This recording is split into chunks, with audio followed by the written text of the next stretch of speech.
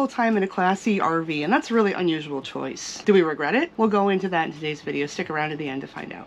So Justin, I said we have a Class C RV. Some of them might know what that means, but let's do a quick overview. Yeah, so we'll go over the classes real quick. The trailers can get a little wibbly wobbly in their definitions, but we'll just kind of go down the line. We'll start with the Class A. That's typically anything on a bus frame. So that can go from schoolies, really nice Newmar buses, and things of that nature. That can include either diesel pushers with the engine in back or the engine in front. Doesn't really matter. Anything on a bus frame is considered to be a Class A. So most of them are diesel, but not necessarily all of them. Correct. Okay. I actually don't know of any that are gas, but I'm sure that there may be some. I think there was that Thor one we looked at. I think there when are we some. were looking, the one that I didn't like. Yep. Yeah. Class B is anything that is built in a van. So if you're a van lifer, if you got some of those nice Sprint vans, I know Winnebago makes a really nice. Oh, they do. Was it Class B? Travato? Yeah, something like that. Costs more than our rig. Oh yeah. Yeah, that's the thing. They're smaller, but they often cost a lot more than the Class Cs. Yeah, and that's because you have a lot of specialized equipment in there. You have things like wet bays and things like that. You have to fit a lot into a tiny space, so there's a lot of engineering. Yep, but end of the day, Class Bs are on a van frame. Easy enough to remember. Class Cs, which includes Calcifer here, is anything built on a truck frame. So that is, generally you'll see things with overcabs on them, but they don't have to have that. You could even technically classify a converted U-Haul as a Class C. So it's anything that is a truck frame. And these are the classes of motorhomes, correct? Yes. Which are different than the pull-behinds, the travel trailers and the fifth wheels. Yep, so fifth wheels and travel trailers generally just vary on their tow methods. So generally when we talk about a fifth wheel, it has the big kingpin and everything that a semi would use. So if you see something in a truck that uses like a semi plate or a semi hitch, that's going to be a fifth wheel. Ah, so it's about the hitch. It tends to be about the hitch, but they are also constructed slightly differently. Oh, you're saying it gets wibbly wobbly. It gets wibbly wobbly. You'll hear us use the phrase travel trailer. I think that's probably the most ill-defined in the space. Anything that's towed from a hitch, so a standard like ball hitch, is generally what we will say is a travel trailer. And the vast majority of full-time RVers are in one of these vehicles. There are a few that do teardrops and truck campers, but those are not usually used for full-timing, though some people do. Ultimately, the big five that we are: Class A, B, C, travel trailers, and fifth wheels. And we live in the Class C, the truck frame and the overcab. We'll talk about the cons first. Yep. So these are ones that everybody is going to warn you about. We were warned similarly. Class C is not what I would call a common full-time motorhome. No, I would say of A, B, and C, it's the least common. I would say so. One of the big cons, and actually this applies to all motorhomes, is maintenance. Yes. So if you need to have your rig worked on, even such things as getting an oil change or a lube job or any sort of engine work, your whole rig is going into the shop. So that's not the case with a trailer. You can just bring your truck into the shop and you still have a trailer to live in. We don't have that with our motorhome. Yeah, you can just take the truck through like Jiffy Lube or whatever. Yep. The big thing is we're a little over 11 feet high. We just need a place that is comfortable working on it and that we can fit in. The bays have to be tall enough. Yeah. So we've done a lot of mountain driving, and probably the most spectacular mountain drive we've done was through the Powder River Pass in Wyoming. So it's about 9,700 feet or so. But having a gas Class C towing a Jeep going up that ascent. Justin, what was it like? You had to drive. It was pretty harrowing. It was a 2-lane highway going through the mountains. So it was one of actually my first kind of really hardcore mountain passes. It wasn't awful, but it wasn't comfortable at the time either. A 55 miles an hour zone, we would slow down at times to about 30 miles an hour going uphill. You could really feel the gas engine struggling. And if we had a diesel rig, like a lot of the buses are, it would be a lot easier to get going. That said, we would have to deal with air brakes, right? If we don't have to do that. Yeah, so there's all sorts of things. We have normal brakes on this, so it's actually a little bit safer going downhill in mountains, do the same downshifting and stuff. But so that's not to say that some diesels don't struggle as well. Not to say there aren't Class Cs that are diesels, because I believe there are some of those as well. But at least for us in our gas-powered Class C, mountain passes can be an issue. And it's something to consider if you're looking to go across mountain passes a lot. So in a Class C, you're also going to be limited in storage and weight capacity. So that actually comes down to the frame. When you're looking at Class A's, it's a completely different kind of frame. Same with fifth wheels, just the way it's towing is different. And so we have actually a rather limited cargo capacity. Class A especially have a lot of under storage. We don't have anything like that. Class A's have because of the frame, have their living area. Same with fifth wheels, tend to have their living area up a little bit higher. Because they're taller, and right? So and so you will have pass-through storage, and you'll have bigger bins and just a general higher weight limit as well. So I forget what the official weight limit is with us. I know that our maximum gross, I believe, is 14,500. So I believe we only have about 1,500 pounds worth of cargo that we can actually hold. I believe that's calculated after all of our gas and things like that. Yeah, all our everything. Yep. But that is something that didn't bother us that much. We were going to travel light as it was. We almost viewed it as a perk because it was a way to be minimalist and kind of get used to having less. Yep.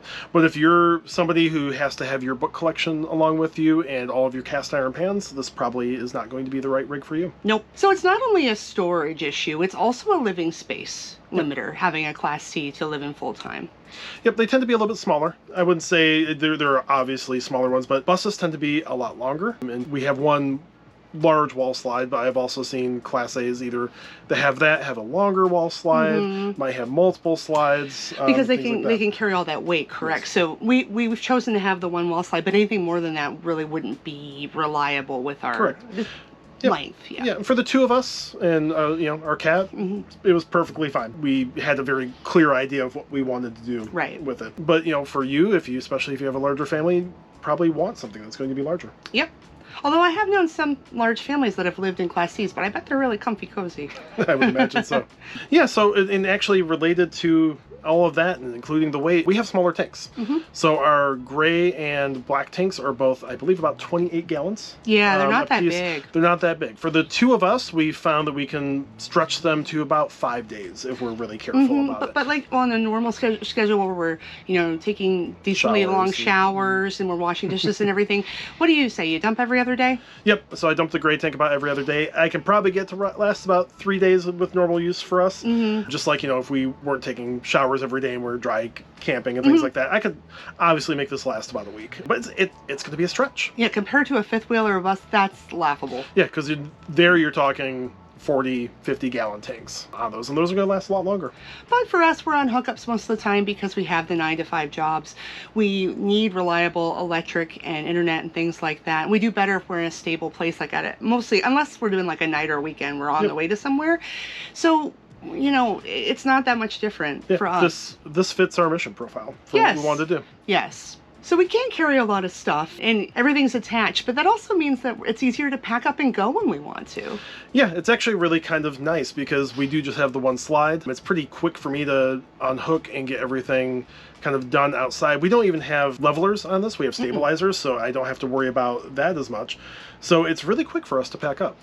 We're towing a small 2-door Jeep with us everywhere we go for our daily driver, but the flat towing only takes you about 2 minutes now. And I think if we had like a towable, for example, I'm trying to get the hitch lined up with the truck and everything. I know that can be the truck and the tow. Yeah, I would say in an emergency, if we really needed to move, we could probably be up and out, say I don't even hook up the Jeep in about 5 minutes. Yep. Along with that, kind of the corollary to that is if we're stopping at a rest stop or boondocking or something, especially this rig, everything's available to us. I can literally get up out of my driver's seat and go have a snack, go to the bathroom, whatever. It doesn't really matter. We don't have any external stairs that we have to flip down like if we were in a fifth wheel or a travel trailer.